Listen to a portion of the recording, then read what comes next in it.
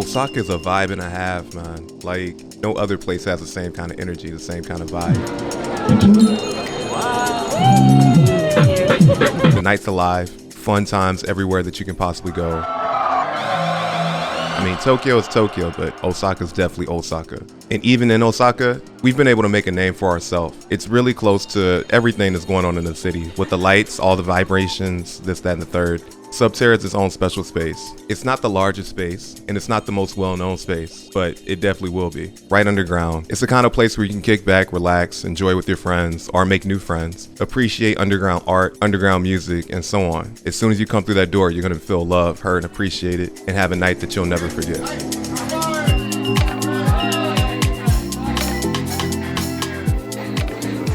Subterra is an underground bar in more ways than one. It is underground in the sense of physically being underground, as well as being underground of what cocktail bars are. We're trying to lay down a new foundation for the new age of cocktails in Japan. So hey, my name's Deuce. I'm the co-founder of Subterra. I'm also the head mixologist here. And I do a lot of different things, but mostly just create the vibe. So Subterra is a space located in the heart of Minami, that's the south part here in Osaka. And basically what we aim to do is make sure that all of our patrons feel loved, heard, and appreciated. So we have people from all around the world, as well as locals, who kind of help carry the vibe, so to speak. But overall, I find that most of our clientele here are people who are art-driven, people who are looking for actual human connection and just really want to have a good time. Subterra started as an idea in 2022. That's when I met Josh. That's another one of the co-founders here. And we just kind of really vibed out. But Eric is also another co-founder. So in total, there are 3 co-founders. There's myself. And then you also have Josh, which is our American partner. And then Eric is our operations manager.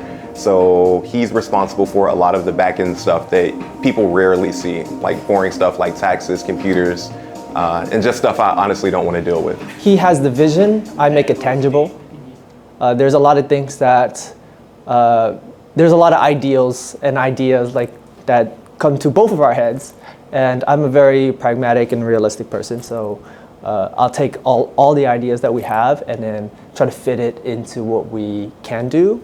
Especially like if we're on a budget, then it ends up me doing the DIY for everything. I do all the numbers so I know what the budget is. Him's like, I want to do this. Let's buy this. And I'm like, nah, but I think we've built a pretty good partnership dynamic that we, like, if we have a problem, we immediately bring it up and we solve it as soon as we can so that it doesn't become a bigger fire, you know? So yeah, there's sometimes like I can't do certain things and then only he can do it. I'm scrawny, I'm like a skinny Chinese kid. Like I can't carry 100-kilo refrigerators over our bar and right? So like he has to do that and he knows that he has to do that. Like I don't have to ask him. I'm just like, oh, we have to buy a new refrigerator?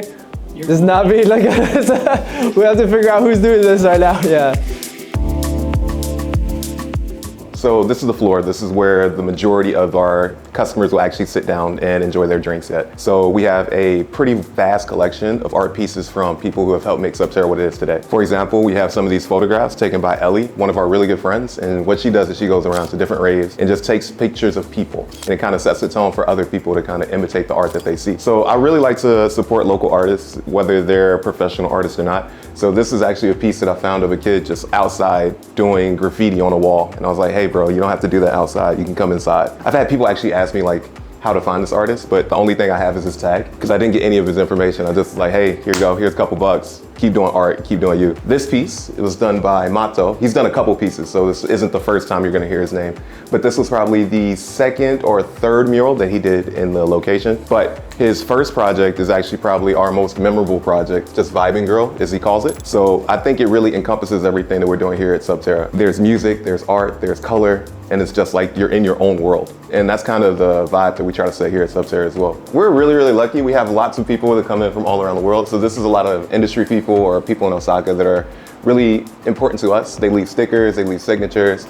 We even have a couple of people from 50 Top Best bars coming and leaving signatures as well. But even on top of that, these signatures are probably the most important in this entire bar. I want to say after our 1st year anniversary, the walls were relatively barren here. There was nothing written, but I kind of had this idea that I wanted the people who actually support the bar, the people who are working behind the bar, as well as like bar adjacent, started signing their names here. So these are the stewards of making sure that Subterra maintains all of its good vibes. And I've been very fortunate to either mentor these people or learn from these people. Every time I look at this wall, I'm always inspired. I'm like, okay, this is my team. I know they can hold it down. So this is definitely more guest facing, more customer facing. Tons and tons and tons of messages from all around the world. So for example, this is probably one of my favorite quotes. And what she wrote here is, "This place healed me so much. Thank you so much." The reason I wanted to create this space is so that we could support people, so that we could have a safe place where people can kind of just vibe out, be themselves authentically. And to have somebody write that unprompted kind of let me know that, okay, we're on the right track. For me, like, this wall is also inspiration. Like, these small amounts of people support all these people over here, which is, in my mind, just absolutely amazing. So I noticed outside from the wall, we have a little DJ space here as well. Yes, we do have a little DJ space. Unfortunately, I don't know how to DJ. I hope to change that someday. Typically on weekdays, we'll allow people to come and try to play on the open decks, as long as A, they promise not to break anything, and 2, they actually know what they're doing. On the weekends, we typically will book local DJs as well as international DJs and just allow them to fill out the space. As far as the music genres, they're quite varied. We don't really have a lot of restrictions on what artists can and can't play, primarily because we want to be a platform for up and coming artists. I noticed you have something on the wall that's not particularly art related, but can you tell me a little bit about this?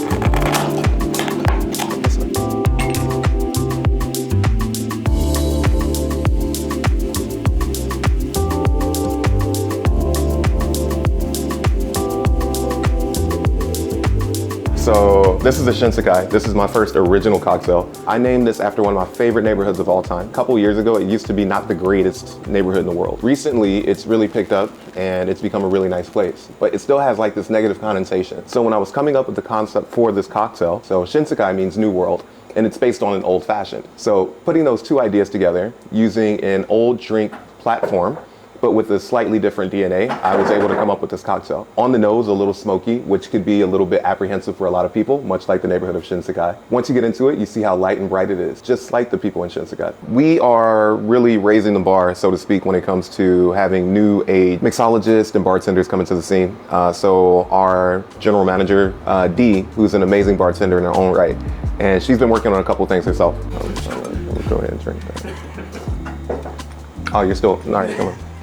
Hello, my name is Dee, and I am the manager for Subterra. I think to the customers, I feel like I give like a very nice casual openness to folks. Like I like to banter, so I'll take whatever you give me and I'll kind of like to bounce it back. For staff here, I'm probably a number of things. I'm very passionate, let's say. I'm very expressive in the way I go about things, and then other times I'm not. Sometimes I'm just kind of, get some stuff and just straight to the point. So I am a lot of things, but I like that I can be a lot of things here. I think that's one of the things that I appreciate about this space, is that very big on authenticity, very big on people just, sort of being themselves and not having to necessarily change who they are. And I think that kind of spirit is pretty much felt all the way throughout, whether it be from staff to customers. So it's one of the things that I really enjoy about this space.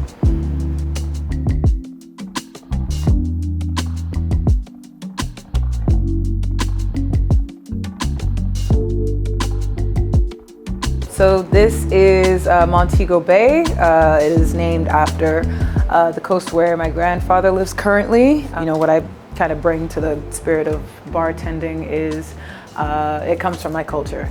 I wanted to have something that was, pretty easy and good for everyone to enjoy. Upon request, if you're a pirate like me, I do add about 1 ounce of white rum. Wanted something that looked as close as possible. If you've ever seen the beaches in Jamaica, best in the world, sorry to Japan. I think one of the things that I really appreciate and I enjoy about making this drink, it's a fun drink to make, like especially when there's like people like sitting at the bar, because it's a whole lot, you see a whole lot of bottles up on the counter and like everybody's eyes are kind of like, oh, what's going on? And then you pour it out and this is like beautiful, like blue teal color that comes out. It's just a very fun drink to make, to see, to drink, and it's one of my favorites. So have a sip of it if you see me. And then what's it been like working with Deuce? It's very much like herding cats. I think that it's good to